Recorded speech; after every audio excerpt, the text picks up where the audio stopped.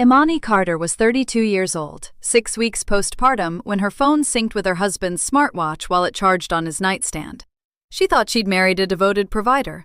Devin had just told her he had a last-minute work trip and would miss their daughter's 6-week appointment. He kissed her goodbye like a man with nothing to hide. The notification said otherwise. A hidden message thread, a woman named Brianna, a hotel reservation for that exact night.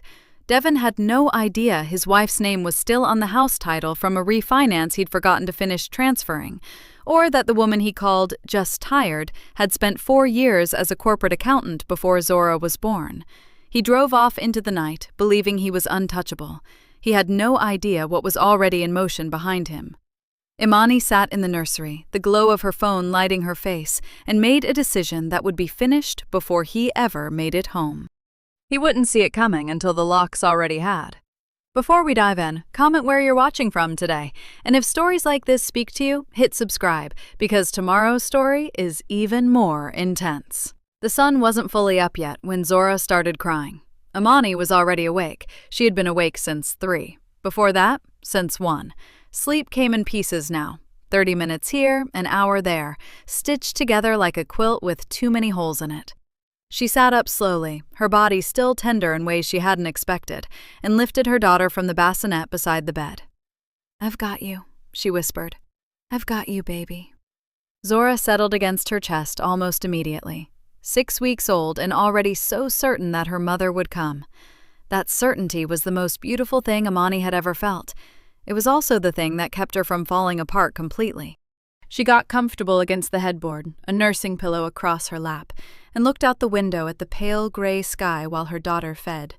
The neighborhood was quiet. The oak tree in the front yard stood perfectly still. Behind her, Devin's alarm went off at 6:15. He silenced it in 2 seconds. He always did that, like even the sound of an alarm was beneath him. And she heard the familiar rhythm of his morning begin. The heavy exhale, the stretch. The phone picked up before his feet even touched the floor. She didn't turn around. She had stopped turning around for a lot of things lately. They had been married 4 years. She had loved him for 5. She met him at a rooftop fundraiser downtown, back when she was still working as a senior accountant at Meridian Financial Group, the kind of job with a title, a salary, and a future she had spent her whole 20s building toward. Devin had been charming that night. He had that easy smile that made a room feel warmer, and he laughed at the right moments and listened, or seemed to listen, in a way that felt rare. She left Meridian 8 months ago when she was 7 months pregnant and exhausted in a way that no spreadsheet could fix. The plan had been to take a year off and return after the baby. Devin had encouraged it. "Take the time," he'd said. "We don't need your income. I want you home with her." It had sounded like love. Since then, he had taken over all of it. The mortgage payments, the bills, the investment accounts, the joint checking. She had asked once, around month 2 of the pregnancy, to be added back to the account dashboard. He said he had already set it up so she didn't have to worry. He said it with such warmth that she hadn't pushed. She hadn't pushed about a lot of things. Devin came out of the bathroom already dressed, navy slacks, white shirt, collar open. He looked the way he always looked, put together, unhurried, built for being seen. He reached for his watch on the nightstand without looking at her. "You sleep at all?" he asked. "A little," Imani said. He glanced at her then, not at her face, at her, in the way he'd been doing for the past few weeks. A quick scan, like he was checking something off a list. "You should try to get on a better schedule," he said. "Maybe let her cry it out a little?" Imani said nothing. He fastened his watch.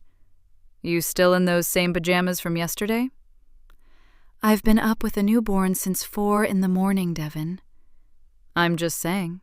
He shrugged, light and easy. "The other mothers in Pauline's neighborhood were back in shape way faster. I'm not trying to be harsh, You keep saying you want to feel like yourself again." Zora made a small sound. Imani looked down at her daughter and breathed. "Can you take her to the pediatrician tomorrow?" Imani asked. "Just come with me. It's the 6-week checkup." "Tomorrow?" He was already looking at his phone again. I've got a situation with the Alderman project. Last-minute site visit. I'm going to have to stay overnight. Since when? Since this morning, Imani. He said her name the way someone says, obviously. These things don't give notice. You know how development goes. She looked at him. He didn't look back. He packed a bag that evening, unhurried, organized. A change of clothes, his good toiletry case, the one he only used when he cared about how he looked where he was going. She noticed and filed it away without showing a thing on her face. The kiss goodbye was brief. His lips touched the top of her head, not her cheek. His eyes were somewhere else. "Don't wait up," he said. Then he was gone. The house felt different when it was empty, quieter than quiet. Imani fed Zora one more time, then laid her gently in the bassinet and reached across the nightstand for her phone to plug it in. Devon's charging cable was closer. She used it. The screen lit up, and then it kept lighting up.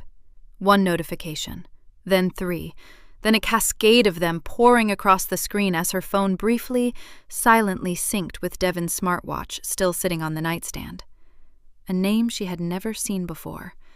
A thread she wasn't meant to see. Brianna.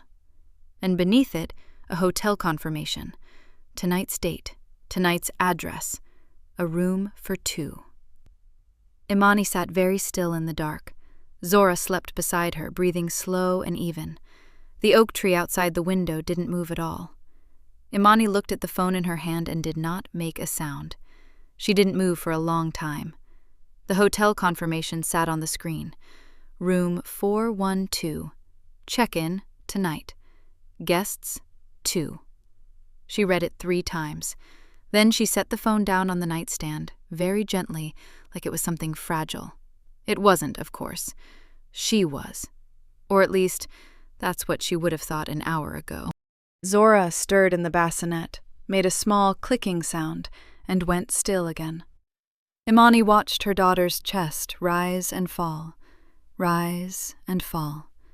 She focused on that for a moment, just that. Then she stood up, crossed the room, and opened Devon's laptop.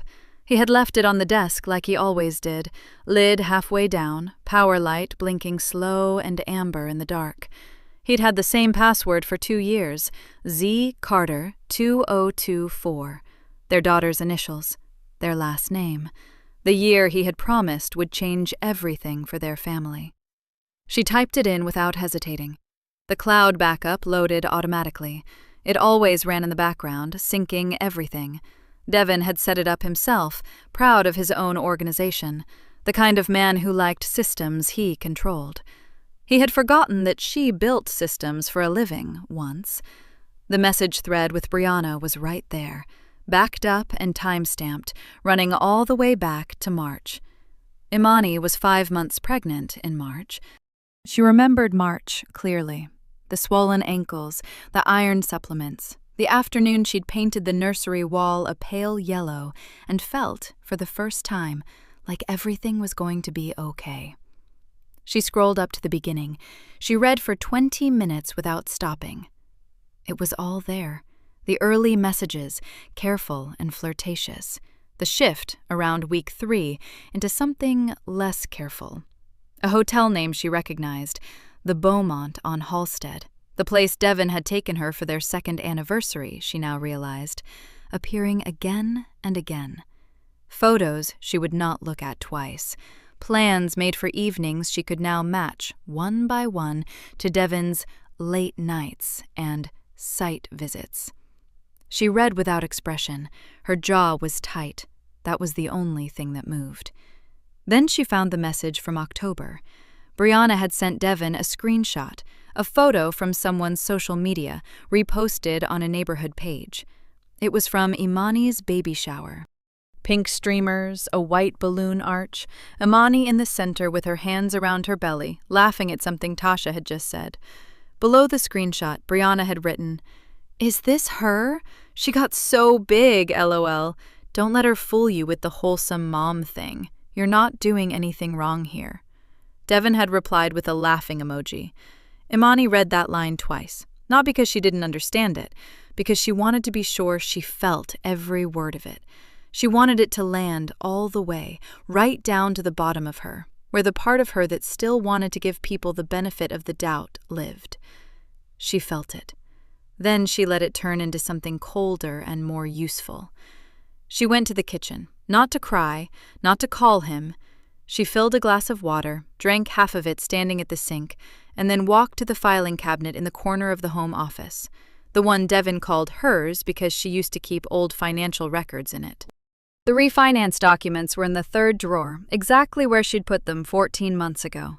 She pulled the folder and opened it at the desk. She had been a corporate accountant for 8 years before Zora. She had closed quarter-end reconciliations with 40-line discrepancies resolved before noon. She had caught a 6-figure billing error in a vendor contract that 2 senior partners had already signed off on. She knew what to look for in a document, and more importantly, she knew where people stopped looking. Devin had refinanced the house last spring, wanting a better rate before the baby came. The new loan had gone through. The payments had been reorganized. He had mentioned once that the paperwork was all handled, but he had never completed the title transfer into the trust. She could see it clearly now. The signature lines, the ownership structure, her name printed right alongside his. Not moved, not removed. Still there. Her name was still on the deed.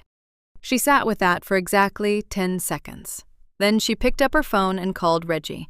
He answered on the second ring, which meant he'd been awake. Reggie was almost always awake. He worried the way careful people do, quietly and about the right things. "Imani." His voice was low and alert. "It's almost midnight." "I know." She kept her voice even. "I have one question and I need an honest answer." A pause. "Okay." "My name is still on the house title. Not in the trust, on the deed itself. If I list the property tonight and accept a cash offer, can I do that without Devin's signature?" Silence. Then, "Imani, what happened?" "Answer the question first, Reggie." She heard him exhale. She could picture him at his kitchen table, running a hand over his face. She waited. "If the title is still in both names outside of the trust," he said slowly, "then yes, you have the right to list and negotiate. But a buyer would want both signatures at closing, unless it's a quitclaim structure." Another pause, longer this time. "Yeah," he said quietly, "unless that. Can it be done before he comes back?" "Imani," his voice dropped even lower, "once you do this, there's no walking it back. You understand that?" "I do. There's no—" "Reggie!" She said his name once, firmly and without anger. "I understand." He went quiet. Then, "Yes, you can do it." She closed the refinance folder and set it squarely in front of her. "Thank you," she said. "Get some sleep." She hung up. She didn't sit with it. She had made her decision the moment Reggie confirmed what she already knew. The only thing left was the work. She scrolled to Yolanda Briggs in her contacts. Yolanda was a cash buyer investor who had been circling their neighborhood for the better part of a year, leaving cards in mailboxes, making quiet offers at block association meetings, sending polite follow-up emails that Devin had called desperate and beneath responding to. He had refused her last offer 6 weeks ago, called it insulting. He wanted to wait for a better market, he said. He wanted to be the one who decided when and for how much and on whose terms. Imani pressed call. Yolanda picked up on the 4th ring, her voice thick with sleep. "Hello?" "Yolanda, this is Imani Carter, 471 4 Mercer Drive." A beat of silence, then the sound of sheets moving. "Mrs. Carter, it's past midnight." "I know."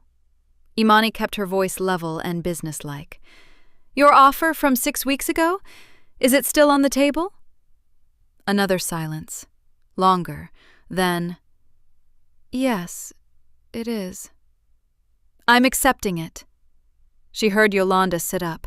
The paperwork came through electronically inside 40 minutes. Yolanda moved fast, the way people move when they've been waiting a long time for something and don't want to give it room to disappear. Imani read every line at the kitchen desk, under the small brass lamp Devon had picked out, in the house Devon believed was his to manage. She signed her name in 4 places.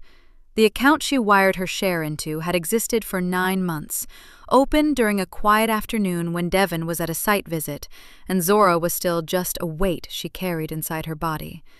It had been a precaution then, nothing more, a small, practical decision from the part of her that had spent 8 years reading financial statements and understanding, at a cellular level, that dependency was a risk. She had never told Devon about it. It had never seemed necessary to explain. It seemed very necessary now. She watched the transfer confirmation load, read the numbers, then closed the laptop. She moved through the bedroom with the efficiency of someone who had already decided what mattered. Zora's bag first, diapers, formula backup, the 4 outfits that actually fit her right now, the small cotton blanket, pale yellow, the same color as the nursery wall, the pediatrician's folder from the kitchen drawer, the one Devon had said he was too busy to help her fill out. Her own bag was simpler, documents first, her social security card, Zora's birth certificate, the refinance folder, her old professional licenses, her own passport. Clothes for a week, her laptop, the small jewelry box from the top shelf that held her grandmother's bracelet, and nothing else worth keeping. She did not take the photo frames from the hallway. She didn't look at them either. Devon had installed the Smart Home app 2 summers ago, proud as anything, walking her through every feature like she was someone who needed things explained slowly. Front door lock, back door lock, entry code management, all tied to their shared account, which used her email address as the primary login. That had been his oversight. She opened the app, found the lock settings, changed the front entry code, the back entry code, and toggled the deadbolt to a manual-only override. Then she called the 24-hour locksmith service linked in the app's partner network, requested a full cylinder replacement on both external doors, and used the emergency contact field to put Tasha's name as the on-site supervisor. She'd explain it all to Tasha on the way over. She carried Zora out to the car in her car seat, settling her with the careful, practiced movements of someone who had done this 1,000 times in 6 short weeks. The night air was cool and damp. The street was quiet. The realtor's sold sign, Yolanda's team would place it by morning, she had confirmed it twice, was not there yet. Imani stood beside the car for a moment. She looked at the house. The dark windows, the porch light Devon always left on, the flower bed she had planted in April, with a belly so round she'd had to kneel sideways to reach the soil. She looked at it all. Then she got in the car and drove to Tasha's. Tasha opened the door before Imani could knock twice. She took one look at Imani's face, the baby, the bag on her shoulder, and stepped back without a word. She took the car seat from Imani's hand, set it gently on the couch, and turned back around. "You eaten?" Tasha asked. "No. Sit down." That was all. No questions, no performance of shock, just a pot going on the stove and a blanket pulled from the closet, and the specific, steady grace of someone who loves you without requiring an explanation. Imani sat. She exhaled for what felt like the first time all night. Devon pulled into the driveway at 6:48 in the morning. He was relaxed, a little tired, but the good kind, loose in the shoulders, easy in the jaw. He had his overnight bag in the back seat, and a coffee in the cup holder, and the story prepared, just in case Imani was awake when he got in. The site visit ran long. I grabbed a few hours at a hotel near the property. He had told that story before. It always worked. He got out of the car and walked to the front door, and put his key in the lock. It didn't turn. He tried again, jiggled the handle, looked down at the key like it had done something wrong. Then he stepped back. The sold sign was planted in the front yard, clean and bright, even in the gray morning light, with Yolanda Briggs' brokerage name printed across the bottom in bold black letters. Devon stood very still. He looked at the sign. He looked at the door. He looked back at the sign. His coffee cup slipped from his fingers and hit the porch.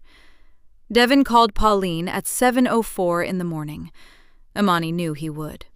She had known it the way she knew most things about her husband, quietly, without drama, from years of careful observation. Devin had always run to his mother when things fell apart. She was his first call, his soft landing, the one person in his life who had never once made him answer for himself. Imani waited 20 minutes. Then she picked up her phone and called Pauline first. Tasha was in the kitchen with Zora, murmuring something low and sweet while the baby made small, restless sounds. The apartment smelled like coffee and baby powder. Morning light was coming through the blinds in long, pale strips. Imani sat on the edge of the guest bed and dialed. Pauline picked up on the second ring. "Imani?" Her voice was careful, controlled in the way it got when she already knew something and was deciding how much to admit. "I was just about to call you." "I'm sure you were." Imani kept her voice even. "Devin called you." A pause. "He did. He's very upset." "I imagine he is." "Imani, I don't know exactly what's happened between the two of you, but I think you need to—" "Pauline," she said the name simply, without heat. "I'm going to tell you what happened. I need you to listen." She told her. All of it. The message thread, the hotel confirmation, the timestamps going back to early in her pregnancy, Brianna's name, Brianna's words, the house sale, the account. She laid it out in the same flat, organized voice she had once used to walk executives through quarterly reports. No excess, no decoration, just fact following fact until the picture was complete. Silence on the other end. Then, "Imani?" Pauline's voice shifted into something softer and more dangerous, the tone of a woman preparing to be reasonable at someone. "I hear you. I do. But you just had a baby 6 weeks ago. You're exhausted. You're not sleeping. The things you're feeling right now are very real. But I wonder if you're seeing—" "I have screenshots, Pauline. Things in the worst possible light, when maybe Devin was— I have the hotel confirmation. I have the message thread. I have 11 months of texts between them, including one where she jokes about my pregnancy by name." Imani's voice did not rise, not 1 degree. "I am not confused. I am not overwhelmed. I am telling you what your son did." Pauline went quiet. When she spoke again, the reasonable tone was gone. What replaced it was something flatter, older. "What is it you want from me?" "Nothing," Imani said. "I'm calling so you hear it from me before he finishes rewriting it." Another silence, longer this time. Imani could hear the faint sound of a television somewhere in Pauline's house, a morning news anchor's voice. She could picture Pauline standing in her kitchen, in her robe, pressing her free hand flat against the countertop the way she did when she was working out what to say. "Devin loves you," Pauline said finally. "He made a mistake. That doesn't mean you blow up your family over. This wasn't his first one." She hadn't planned to say it like a question, but she felt it land, and she felt the pause that followed, and that pause told her everything. "That's—" Pauline stopped. "Was it?" The silence stretched so long that Imani counted her own heartbeats inside it. 4, 5, 6. "Before the wedding." Pauline's voice came out small, stripped of its usual confidence. "There was someone. It didn't mean anything. He ended it. I didn't want to ruin things. The wedding was already planned. You were so happy, and I thought—" She stopped herself. Imani didn't say anything. "I thought it was done," Pauline finished quietly. I thought he was just nervous." Nervous. The word sat there between them, obscene in its smallness. Imani looked at the pale rectangle of light falling across the guest room floor. She thought about the wedding, the dress, the vows. Devin's face when she'd walked down the aisle. How sure she'd been, how completely she had believed in the realness of that moment. She thought about every year after, every compromise, every career decision and financial concession and quiet mourning she had given to a marriage she believed was solid. She had been alone in it. She saw that now with a clarity that was almost peaceful in how total it was.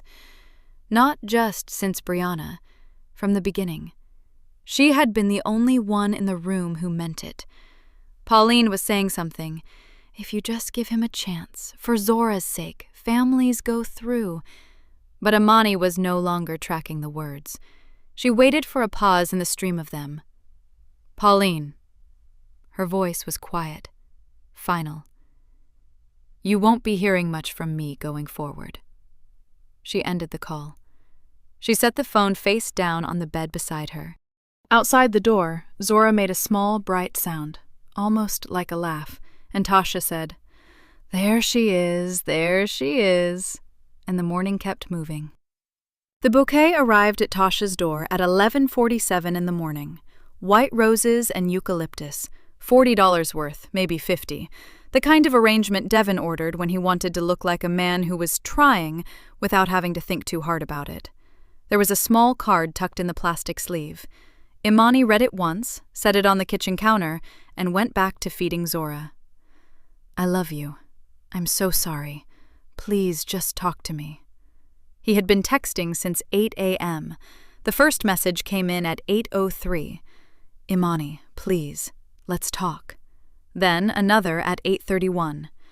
I know I messed up. I'm not making excuses.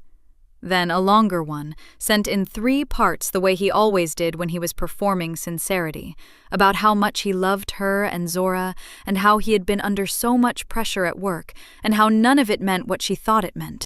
Imani read each one. She responded slowly, spacing out her replies, keeping them short and just a little bit soft around the edges. I don't know what to say right now. Then later, I'm just really tired. Then, after the flowers arrived, a single text that said, They're pretty. Thank you. 3 words, a door left barely open. Devin's response came back in under a minute. Can I call you tonight? Just to hear your voice. She set the phone down without answering and looked at Zora, who had fallen asleep mid-feed, one small fist curled against her own cheek. Reggie called at 2 p.m., Tasha had taken the baby into the living room so Imani could have the guest room quiet. Imani closed the door, sat on the bed, and answered. Talk to me, she said. She could hear him exhaling on the other end.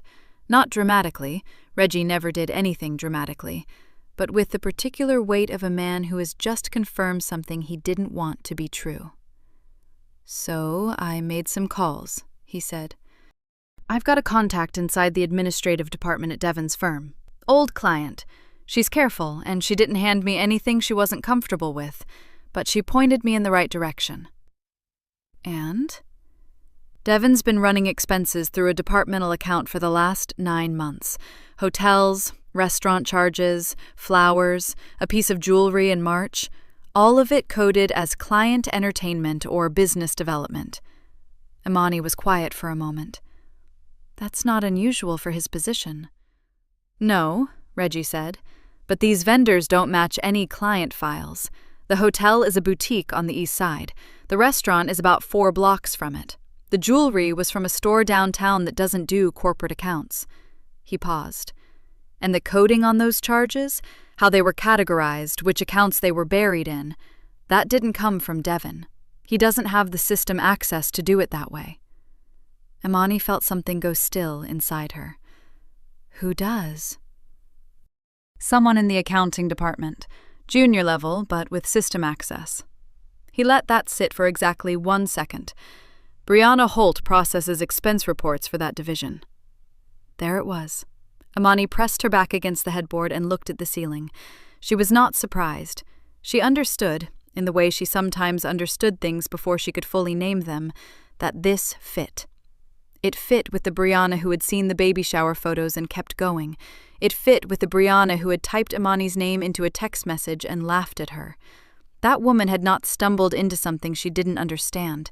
She had been managing it. She coded the charges herself, Imani said. It wasn't a question. Everything I'm seeing says yes. She had access, she had motive, and based on the pattern, the same categories, the same coding structure used across multiple quarters, It wasn't a one-time mistake. This was a system. They had built one together. Devin with his charm and his company card, and Brianna with her system access and her careful fingers on the keyboard, turning a hotel room into a line item, turning a piece of jewelry into a business dinner. Month after month, while Imani was home growing their daughter, they had been splitting the cost of the affair and calling it work. "How clean is the documentation?" Imani asked. "Clean enough," Reggie said. "Dates, amounts, vendor names, account codes. My contact pulled what she could access without crossing any lines. The rest can be obtained through a formal compliance process once someone files." He cleared his throat. "This isn't circumstantial, Imani. This is a paper trail." "And it lands on both of them." "Specifically and separately," he said. "Devin for authorizing charges against falsified purposes. Brianna for the coding. One doesn't cancel the other out." Imani nodded slowly, though he couldn't see it. They were quiet for a moment. Outside the door, she could hear Tasha singing something low and tuneless to Zora. "I'm going to put everything I have into a sealed file and send it to you tonight," Reggie said. "Organized by date, annotated where I can." His voice was even, measured, careful. "What you do with it next is entirely your call." She left Zora with Tasha at 7:30 in the morning. Tasha was already up, already in scrubs, a cup of coffee in one hand and a burp cloth over her shoulder. She took one look at Imani. Pressed slacks, the cream blazer she hadn't worn since before her pregnancy, hair pinned back clean and tight, and didn't say a word about where she was going. She just took the baby carrier from Imani's arms and nodded once. "Go do what you need to do," Tasha said. Imani kissed Zora on the forehead.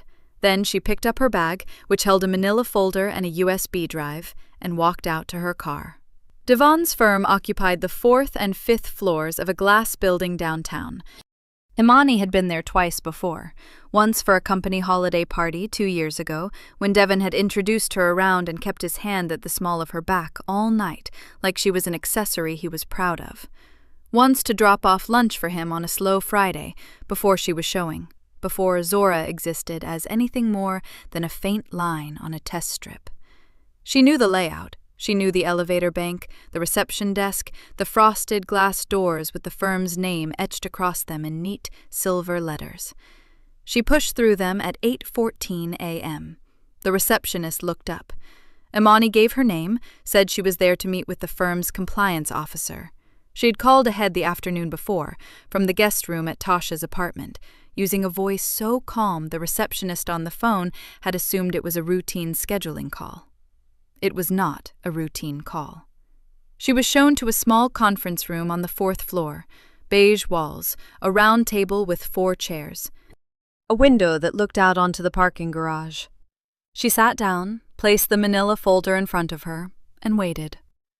They sent 2 people, a woman named Carol Ennis, who ran compliance, and a man named Marcus Webb, who was listed on the firm's website as head of the accounting and operations division, Brianna's direct supervisor. They came in together, both carrying notebooks, both wearing the careful expression of people who had been told something unusual was coming. "Mrs. Carter," Carol said, "thank you for coming in." "Thank you for seeing me," Imani said. She opened the folder. She walked them through it the way she used to walk clients through quarterly discrepancy reports, methodically, without emotion, starting at the beginning. The first falsified expense entry from 9 months ago. The vendor names that matched no client files on record.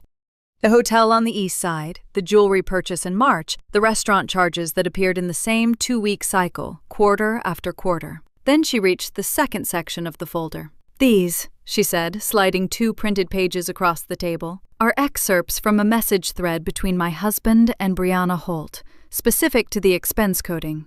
She tapped the page. "You can see here, this exchange from February, where she discusses which account category to use for a hotel charge so it won't be flagged in a standard review.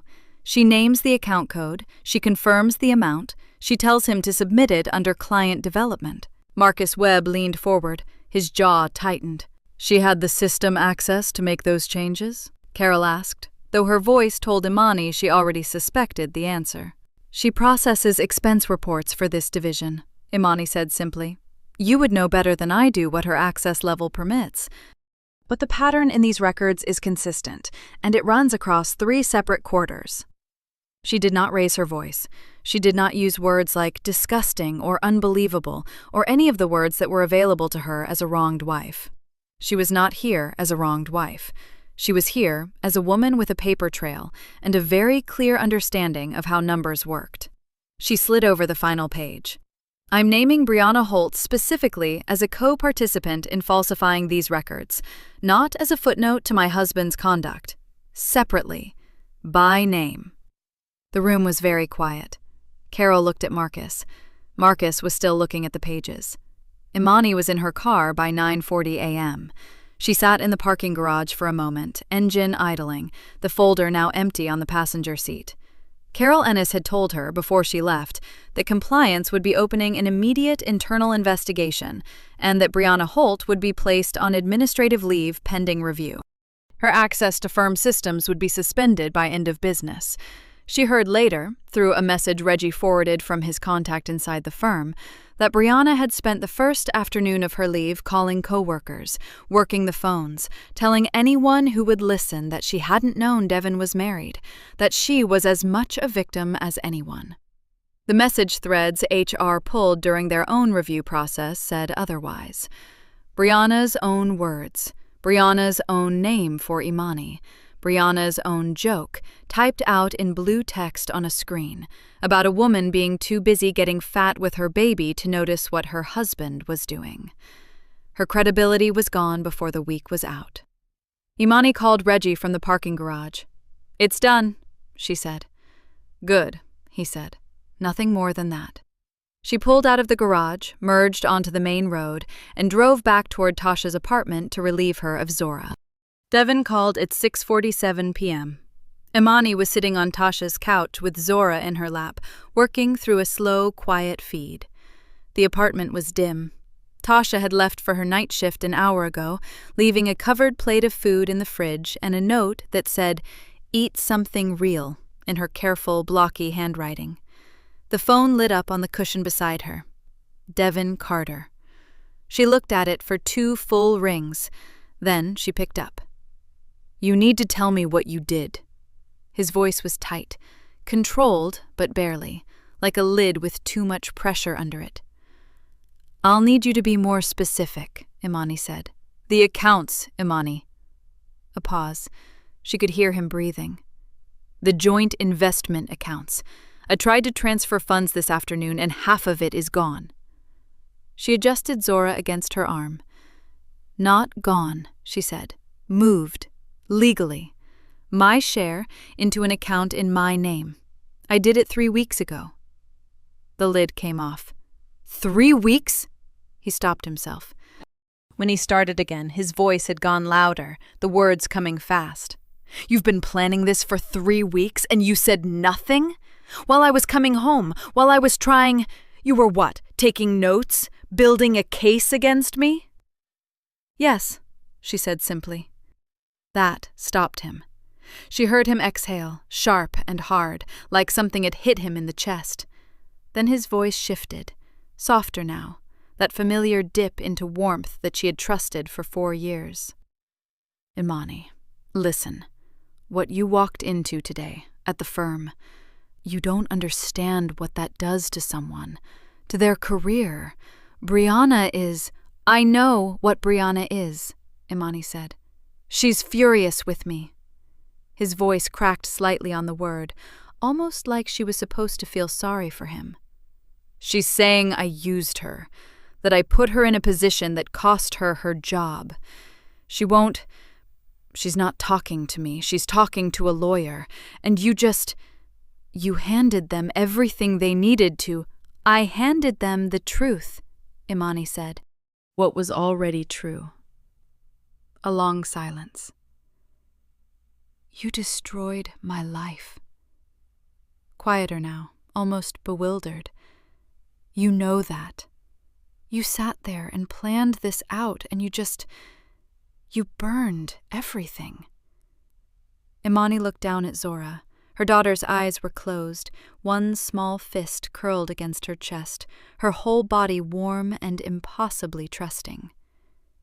"Devon," Imani said, "you started an affair during my pregnancy. You used company money to pay for it. You let your mother cover up you doing something like this once before we were even married." She paused. "I didn't burn anything. I just stopped pretending there was nothing on fire." He didn't respond to that.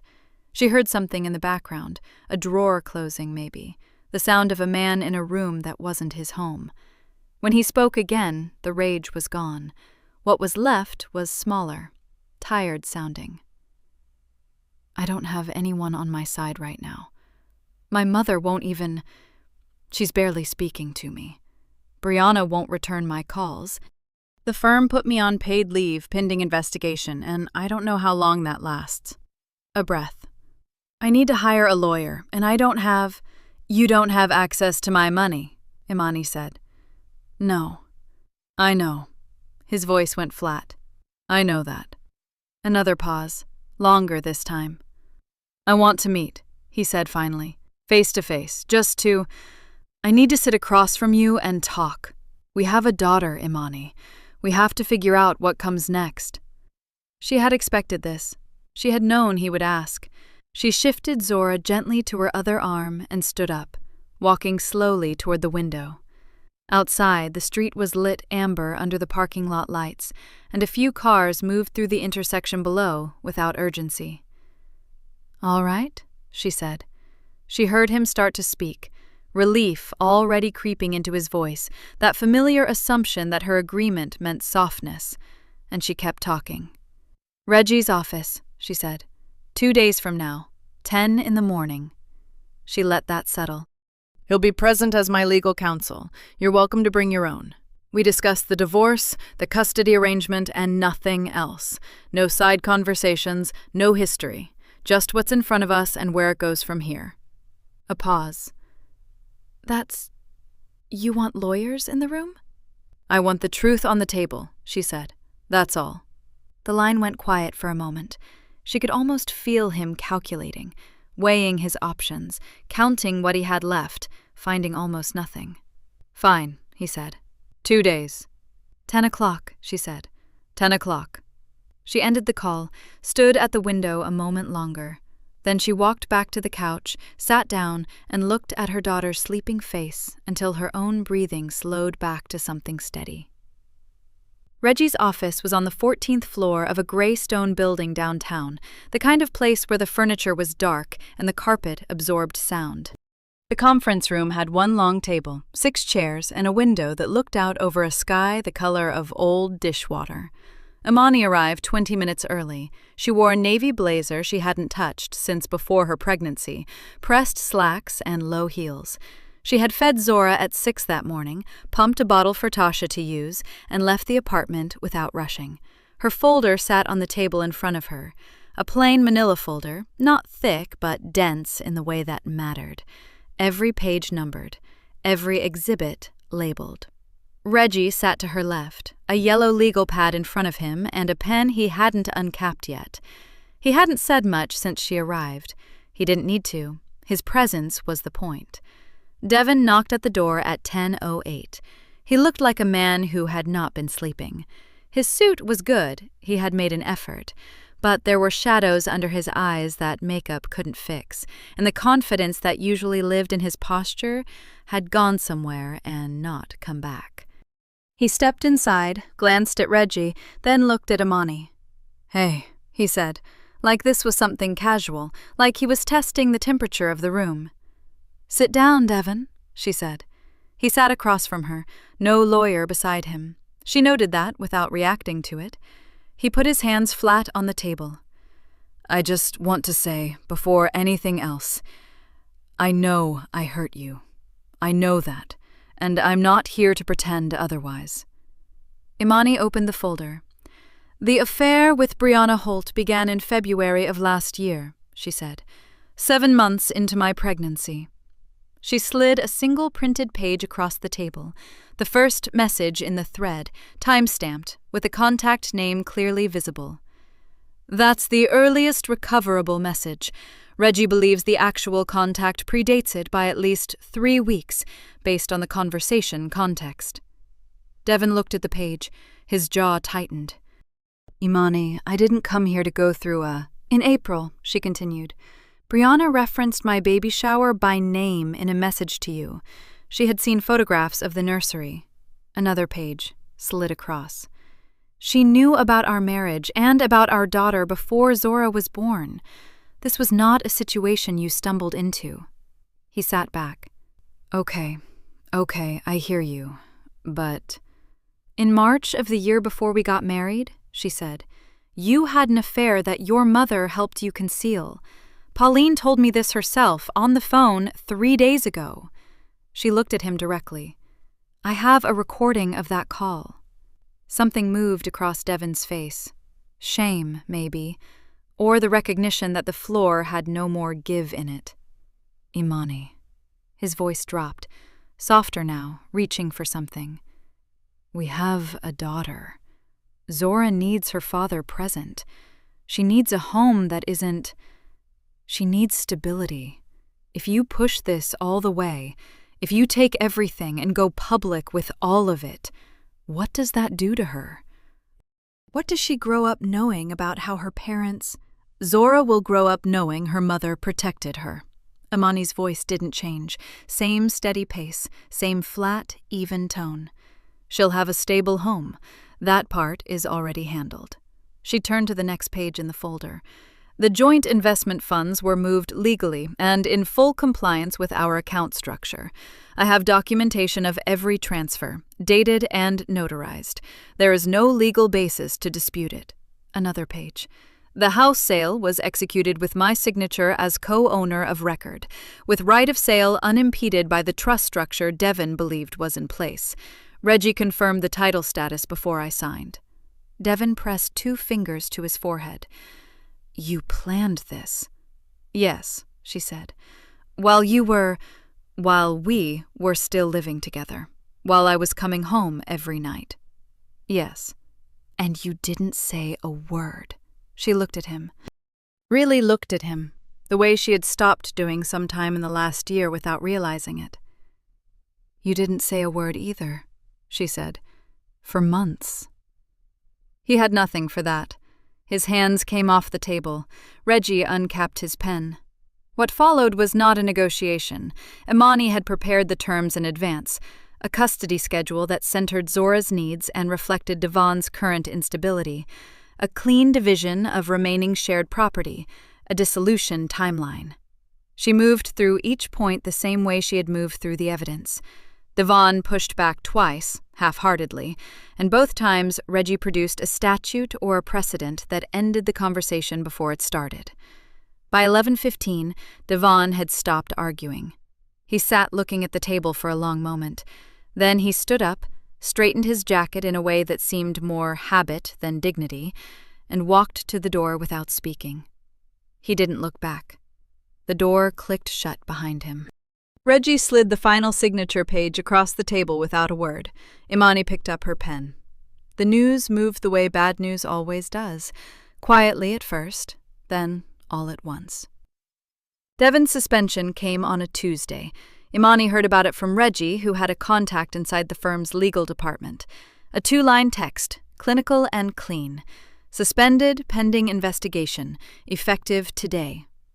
She read it once, set her phone down, picked up Zora from the bouncer seat on the kitchen floor and held her against her chest, swaying a little without thinking about it.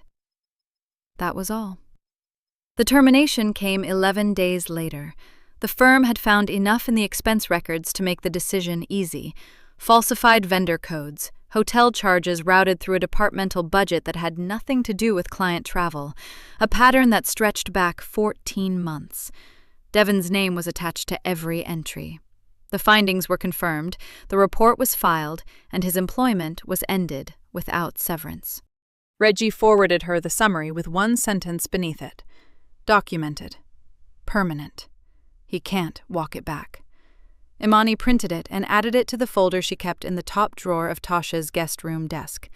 Not because she needed it anymore, because she had spent too many months in a house where nothing was documented, nothing was named, and nothing was hers. Brianna's termination came 4 days after Devon's, in a separate proceeding, on her own record. That part mattered. It would have been easy for it to read as fallout from Devon's collapse, the assistant who got caught in her boss's mess, a minor figure in someone else's scandal. But the compliance office had Brianna's own messages, her own hands in the coding, her own words confirming she knew exactly who Imani was long before anyone in that firm ever asked. The termination letter named her directly. The references she had spent 5 years building, mentors she'd cultivated at industry events, senior colleagues she'd leveraged for introductions, went quiet one by one. Real estate development in this city ran on reputation, and on a network no bigger than 3 degrees of separation. People talked. The story got out, and it got out with Brianna's name on it, not as a footnote to Devon's, but as a line item in her own accounting. She tried to spin it. Imani heard, through Tasha, who had heard through someone else, that Brianna had told people she'd been misled, that she hadn't understood the full picture, that she had been manipulated by someone with more power. But the dated messages existed. HR had produced them, Brianna's own words, casual and contemptuous, with Imani's name in them. It is hard to play the victim in your own handwriting. Pauline called on a Thursday afternoon, 2 weeks after Devon's termination. Imani was feeding Zora when the phone buzzed on the counter. She saw the name, finished what she was doing, and then picked up. "Imani?" Pauline's voice was smaller than usual. The performance had gone out of it. "I've been thinking about everything, about what I said and about what I didn't say for a long time. I know I let you down. I know I let that happen." Imani waited. "I'd like to be in Zora's life," Pauline said. "However you'll allow it. She's my grandchild. Whatever Devon did, that baby didn't do anything." "No," Imani said. "She didn't." A pause. "So maybe we could—" "Zora is healthy," Imani said. "She's loved. She has people around her who were honest with me when it cost them something. You weren't one of those people, Pauline. You had years to be, and you weren't." "I was trying to protect my family." "I know," Imani said. "That's the problem." The silence stretched out. "Imani, please." "I'm not angry at you," Imani said, and meant it. The anger had burned down to something quieter, something that simply took up less room now. "But this is my answer, and it's the only one I have. I hope you're well." She ended the call. Zora made a small sound in her arms, the soft, purposeless noise she made when she was close to sleep. Imani looked down at her, at the tiny, perfect weight of her. She tucked the phone into her pocket and didn't think about Pauline again that day. The divorce finalized on a gray Wednesday morning. Imani drove herself to Reggie's office, parked on the street, and took the elevator to the 14th floor for the last time as Devon's wife. Reggie had the paperwork laid out in order, each page flagged with a small yellow tab. The custody terms reflected what Devon's life had become: a man without stable employment, living in a furnished corporate rental, with no leverage and no room to claim otherwise. The funds from the house sale, every dollar Imani had moved and protected in the days immediately after that first night, remained entirely hers. She signed each page where the tabs indicated. Steady hand, clear lines. Reggie collected the documents and clipped them together without ceremony. "It's done," he said. Imani nodded once. She picked up her bag from the chair beside her, straightened her jacket, and walked out to the elevator. She drove back to Tasha's apartment in the midday quiet. Zora was awake when she came through the door, looking up from the playmat with wide, untroubled eyes. Imani crouched down and put her hand against her daughter's small, warm cheek. "Hi, baby," she said softly. "I'm home." The apartment faced east. That was the first thing Imani had asked about when she toured it. Which way did the windows face, and how early did the light come in? The agent had seemed puzzled by the question. Imani didn't explain. She just walked to the window, looked at the angle of the sill, and knew. Every morning now, the sun came through the living room by 7. It moved slow and warm across the hardwood floor, and Zora crawled after it like she was chasing something. She almost could. Almost. Amani sat cross-legged on the rug with her laptop open and a half-drunk cup of coffee on the end table beside her, watching her daughter work her way across the floor with enormous concentration. Zora's arms were stronger now, her legs pushed with real purpose. She made a sound of effort, and then a sound of triumph when she reached the patch of sun, and Amani smiled without looking up from the spreadsheet she was reviewing. The consulting work had come back faster than she expected. She had been afraid of that at first, afraid that 4 years away from the industry had made her slow, made her outdated, made her someone clients would pass over for someone younger and more current. But numbers didn't change the way people did. The logic was the same. The eye for a wrong entry, the instinct for where a line didn't add up, that had never gone anywhere. It had just been sitting quietly inside her, waiting for the room to be used again. She had 3 clients now, small businesses mostly, a restaurant group, a logistics company, a woman who ran a growing interior design firm and had never trusted anyone with her books, until she trusted Amani. The work was hers, the schedule was hers, the income landed in an account with only her name on it, and every time she logged in and saw the balance, something in her chest settled a little more. Tasha arrived at 6 with grocery bags on both arms and let herself in with the spare key she'd had since month 2. "She's crawling now," Amani called from the kitchen. "I know," Tasha said, dropping the bags on the counter. "You sent me 4 videos this week." 5. Tasha leaned around the counter and looked at Zora on the rug. "Oh, she's going fast now. Look at her." Reggie came 30 minutes later, still in his work shirt, tie loosened at the collar. He brought wine he didn't ask permission to open, and helped himself to Amani's corkscrew without being invited, which was how it always went. Tasha cooked, Reggie set the table, Amani sat with Zora in her lap at the kitchen island, and felt, in the plainest and most uncomplicated way, that this was the life. Not a better version of the old one, a different thing entirely. Smaller in square footage, quieter in temperature, entirely hers. They ate and talked about small things. Tasha's brutal run of overnight shifts, a case Reggie was quietly frustrated with, a streaming show all 3 of them were weeks behind on. No one brought up Devon. No one brought up any of it. There was nothing left to say that hadn't been said, and these were people who understood that silence after resolution was not emptiness. It was just peace. After dinner, after Tasha and Reggie had gone, Amani stood at the kitchen sink, rinsing the last of the glasses. Zora was in the bouncer seat on the floor, winding down, her eyes heavy. Amani's phone lit up on the counter. She glanced at it without thinking, the way you do when something catches the edge of your vision. The name on the screen stopped her for just a moment. Devon Carter. 1 message. She picked the phone up and read it. "I know you don't want to hear from me. I just think we should talk. For Zora's sake, if nothing else. I'm not the same person I was. I'd like the chance to explain that. Please." She read it once, the whole thing, beginning to end. She noticed the way he had used Zora's name first, not as an afterthought, but as an opener, a door. She noticed the word explain, as if there were still some version of events that hadn't been fully accounted for, as if there were a document she hadn't already seen, a fact she hadn't already named, a move he had left that she hadn't already considered and set aside. There wasn't. She understood that he was alone in a furnished apartment, with a reputation that no longer opened doors, asking a woman he had underestimated at every single turn of her life to give him one more room to enter. She set the phone face down on the counter.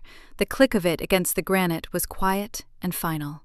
She crossed the kitchen, crouched down, and lifted Zora up from the bouncer seat, settling her against her hip.